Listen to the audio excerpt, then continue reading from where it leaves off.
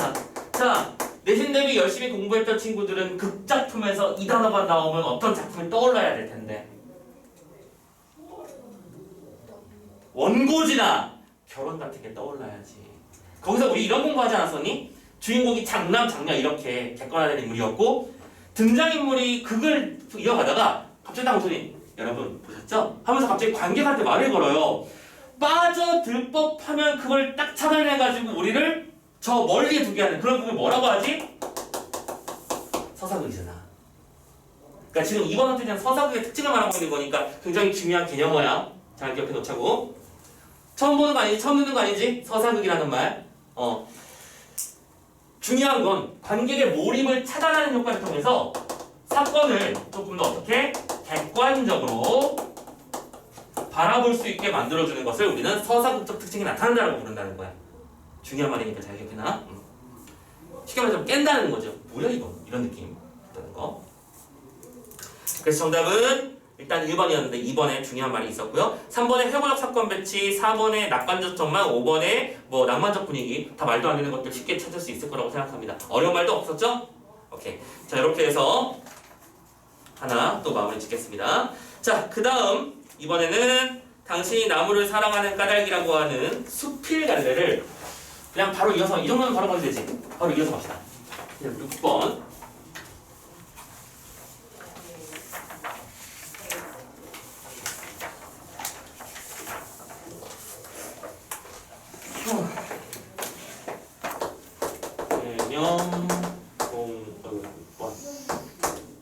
작품의 제목이 당신이 나무를 이게 더냐? 더 사랑하자.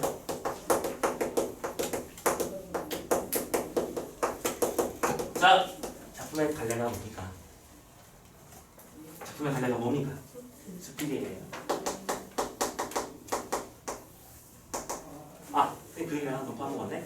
선생님 보조자료 드린 거에 보면 그 산돼지의 전체 내용 정리랑 아까 선생님이 전체 줄거리 같이 읽어줬지? 그거 다 지금 이런 장면들을 꼭 다 읽어보셨으면 좋겠습니다. 오케이? 그러니까 돼지 얘기가 나오는 장면, 이런 장면 그게 나올 만한 가치가 충분히 느껴지니까 느껴보시면 좋겠고, 두 번째로는 산돼지가 그 뒤에 하나 더 있을 거야. 오케이? 지금 선생님 지난번에 개념 학습할 때도 이렇게 말씀드렸지? 다 읽으라고요. 선생님 황만근 다 알려드렸었던 거 기억나시죠? 꼭 읽어보셔야 합니다. 읽어보시고 선생님 이 장면 도대체 무슨 뜻인지 가만히 잘 안 잡혀요. 꼭 들고 오셔야 됩니다. 선생님 수업 때 이 모든 장면을 다 커버할 수 없기 때문에 안 하는 것뿐이야. 알겠지? 읽어야 될 것들은 다 말씀드렸으니까 서로 다른 장면들이 실려 있을 테니까 꼭 읽어보셔야 됩니다. 라는 거 한번 강조하고 싶어서. 자 아무튼 간에 봅시다. 이번에는 이제 수필 작품으로 넘어왔는데, 자 아까 선생님이 극작품이 시험에 나오면 뭐가 실제 포인트가 된다? 이 극갈래만 나오면 반드시 나오는 문제. 표현상 특징이 맞아.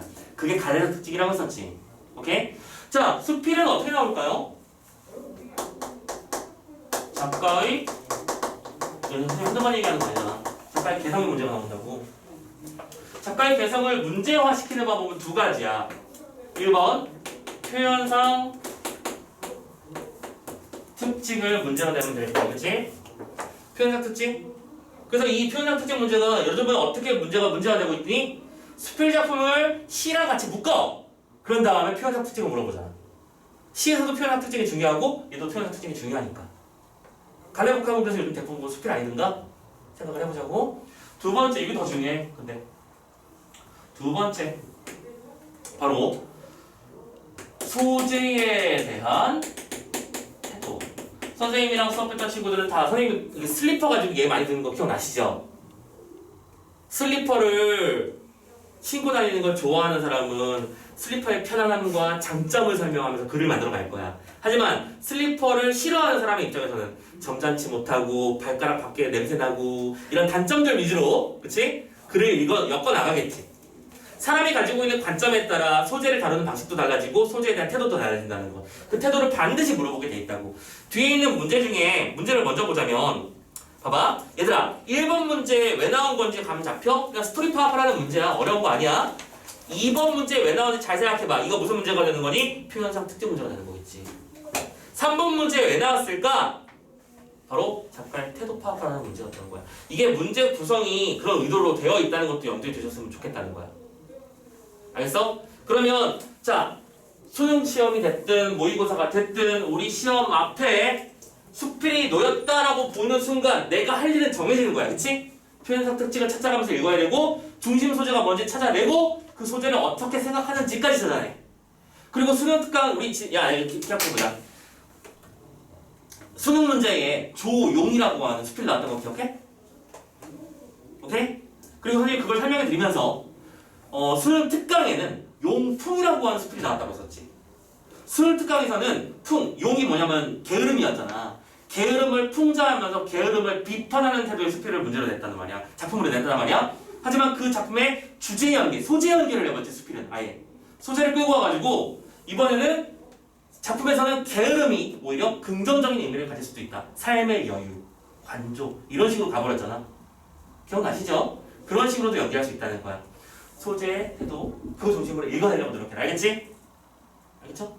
시가 나왔다고 선생님이랑 같이 공부하면서 분석했던 걸 떠올려. 산문이 나왔다고 중심인물 누구 있고 무슨 사건이 벌어졌는지 알고 있어. 괜찮아. 아무튼 참 침착하게 봐. 수필이 나왔다고 소재 찾아내려고 노력하면서 읽으라고. 그게 나왔다고 이 녀석의 관련 특징이 뭐였더라? 떠올리라고요. 그런 게 기본적으로 깔려야지 여러분들 실력이 올라갈 거야. 알겠지? 자, 계속 쌓아나가 봅시다. 아무튼 그래서 자, 이 녀석 당신이 다물을 더 살아가는 거다. 그럼 도대체 왜 더 살아가는지 한번 까짓 거 한번 읽어봅시다. 자, 읽으면서 찾아내면 돼. 어렵지 않은 글이니까 쭉쭉 갈게요. 자, 오늘은 하면서 질문이 시작됐습니다. 당신이 가르쳐준 태백산맥 소광리의 소나무 숲에서 이 엽서를 띄웁니다 라고 했는데 자, 지금 벌써 첫 번째 문장에서 이 작품에 표현상 특징이 다 등장했지? 당신이 보내준이라는 표현을 썼어. 지금 뭘 설정한 거야? 청자를 설정했지. 근데 엽서를 띄운다고 했잖아. 오케이? 얘들아, 편지글 형식으로 글을 쓰는 걸 우리가 무슨 문이라고 하지? 편지를 한자로 표현하면 서간이야. 서간문 혹은 서간체라고 하는 거야. 편지 쓰듯 글을 썼다는 거지. 선생님, 수필을 편지처럼 써도 되나요? 얼마든지요. 마음대로 하셔도 되죠? 그건 알고 있죠? 수필이니까요. 수필은 형식이야. 그치? 제가 쓰고 싶은 대로 써도 되는 겁니다. 청자를 설정해서 서간문과 같은 방식으로 써나가고 있다. 표현상 특징 첫 번째로 잡혔어요. 그래서 계속 가자. 아무튼 화자는 지금 이걸 그러니까 서술자이면서 작가는 현재 소광리 소나무 숲에 있는 거야. 그지? 공간도 파악됐어. 아침 햇살에 빛나는 소나무 숲에 들어서니 당신이 사람보다 나무를 더 사랑하는 까닭을 알 것 같은데요. 오케이. 200년, 300년, 더러는 500년의 풍상을 겪은 소나무들이 골짜기에 가득하고 그 긴 세월을 온전히 바위 위에서 버텨온 것에 이르러서는 차라리 경이, 놀라움이라는 게 느껴지고 있습니다. 그래서 바쁘게 뛰어다니는 우리들과 달리 우선 집중을 해야 될 거야. 그치? 아까 방금 뭐라고 했었냐면 당신이 나무를 더 사랑하는 까닭을 나는 알 것만 같아요 라고 하면서 여기가 그런 장소인데 그러면서 본격적인 얘기가 여기서 나오는 거잖아. 이 장면이 중요한 거겠지? 바쁘게 뛰어다니는 우리들과는 달리 오직 신발 한 켤레 토지에 서서 이처럼 우러날 수 있다는 것이 충격이고 경이었습니다. 됐죠? 뭐야? 인간이라는 존재와 뭐하고 있는 거야? 대비시키고 있는 거잖아. 인간이라는 존재는 바쁘게 뛰어다니며 소비하는 삶을 살고 있어. 에너지를 낭비하는 소비하는 삶을 살고 있다고 막 뛰어다니고 있단 말이야. 그런데 나무라는 존재는 한 곳에 버티며 인고하고 있지. 그치? 현대인들은 여기저기 뛰어다니면서 소비하는 삶을 살고 있지만 나무들은 한 곳을 굳건히 지키며 한 켤레의 땅이면 충분한 삶을 살고 있다고. 그러면 당신이 나무를 더 사랑하는 까닭은 바로 뭘까? 현대인의 번잡함을 벗어나, 그치? 차분하고 굳건한 삶을 살고 있다는 것에서 아름다움을 느끼고 있는 거 아닐까라고 예측할 수 있어. 그치? 되지? 자, 계속 갑니다. 그래서 생각하면 소나무보다 훨씬 많은 것들을 소비하면서도 무엇 하나 변변히 이뤄내지 못하고 있는 나에게 소광리의 솔숲은 마치 솔숲은 마치 회초리를 들고 기다리는 엄한 스승 같았습니다. 그래서 나무를 뭐라고 했냐면 지금 엄한 스승과 같다. 무슨 표현? 비유잖아, 그치? 봐봐. 대비, 비유, 서간체 지금 막 나오고 있다, 그죠? 그리고 나에게 있어서 엄한 스승이 되는 이유. 바로 사람을 살면, 그러니까 삶이라고 하는 것, 생명이라고 하는 것은 그렇게 소비적인 삶을 사는 게 아니라, 오케이? 생산적인 삶, 오케이? 혹은 굳건한 삶을 살아야 된다. 그런 말을 하고 싶었다는 거, 느꼈다는 거지. 됐지? 자, 이제 계속 가봅시다. 어젯밤 별 한 개 쳐다볼 때마다 전 100원씩 나던 당신의 말이 생각납니다. 오늘은 소나무 한 그루 만져볼 때마다 돈을 내야겠죠? 사실 서울에서는 그보다 못한 것을 그보다 비싼 값을 치르며 살아가고 있다는 생각이 듭니다. 언젠가 경복궁 보건공사 현장에 가본 적이 있었는데 일제가 파괴하고 변형한 조선 전궁의 기본 궁제를 되찾는 일이 당연하다고 생각했습니다. 그런데 막상 오늘 이곳 소광리 소나무 숲에 와서는 그러한 생각을 반성하게 되죠. 오케이? 예전에는 경복궁 복원할 때 나무를 막 베어놔야 된다는 게 당연하다고 생각했단 말이야. 근데 여기 와서 보니까 왜? 경복궁 복원에 소요되는 나무가 원목 200만제 11톤 트럭으로 500대라는 엄청난 양이 필요하다고 하는데 소나무가 없어져 가고 있는 지금에 와서도 기어이 소나무로 보관한다는 것이 무리한 고집이라고 저는 생각이 됩니다. 소나무들이 베어져서 눕혀진 광경이라니 감히 상상할 수 없고 이건 이를테면 고난에 참 몇백만 년의 세월을 잘라내는 것과 마찬가지인 것입니다. 라고 하면서 지금 이 장면에서는 갑자기 경복궁의 복원 얘기가 왜 나왔을까? 소나무는 인고의 사고를 한 것을 버티며 오래 살고 있지만 우리 인간이라는 존재가 그 자연을 뭐 해버리고 있지? 자연을 훼손하고 있는 것에 대해서 안타까움을 느끼고 있기 때문에 이러한 말을 하고 있는 거 아닐까라고 추측할 수 있지. 말했잖아. 소재에 대한 태도 찾으려고 읽고 있으니까 이렇게 읽히는 거야. 소재는 나무야. 나무는 첫 번째 우리에게 스승님이 되고 있어.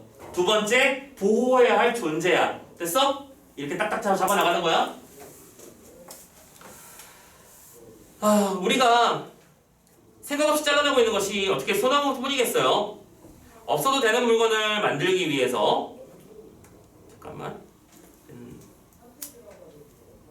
자, 없어도 되는 것들을 만들어내기 위해서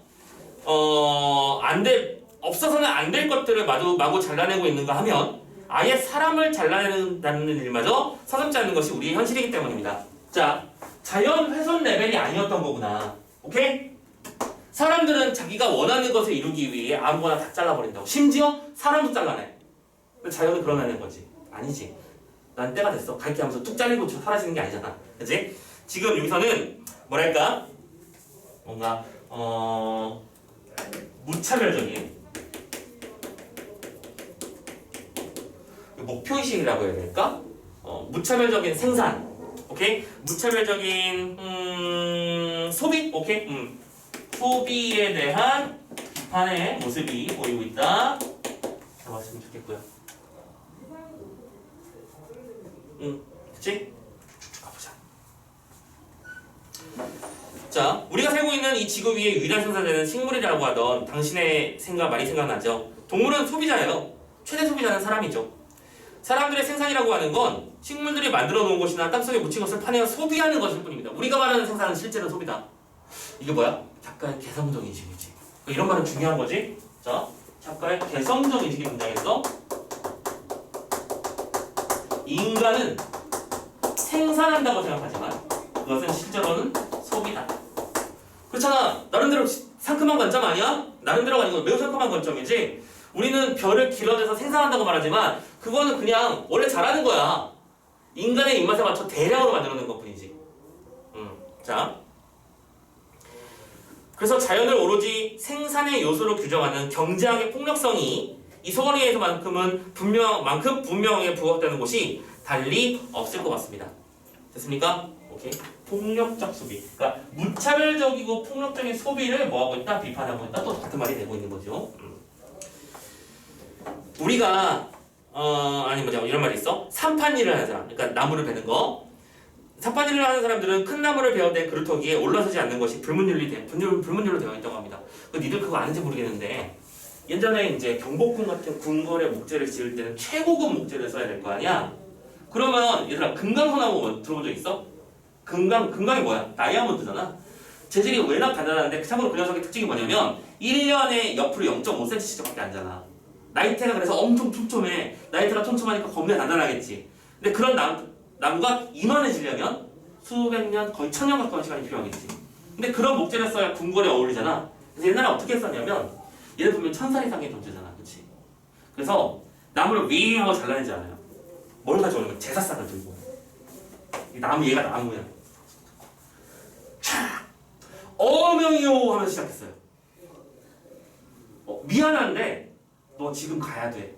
이건 임금의 명령이야. 하늘의 뜻이야. 어쩔 수 없어. 이해해? 딱 덮고 제사 딱 지내고 그러고 나서 됐어요. 옛날엔 그렇게 됐다고. 나무 하나를. 그리고 참고로 그 나무를 거의 15년 동안 다시 또 침식기나 부패가 일어나지 않도록 관리를 해.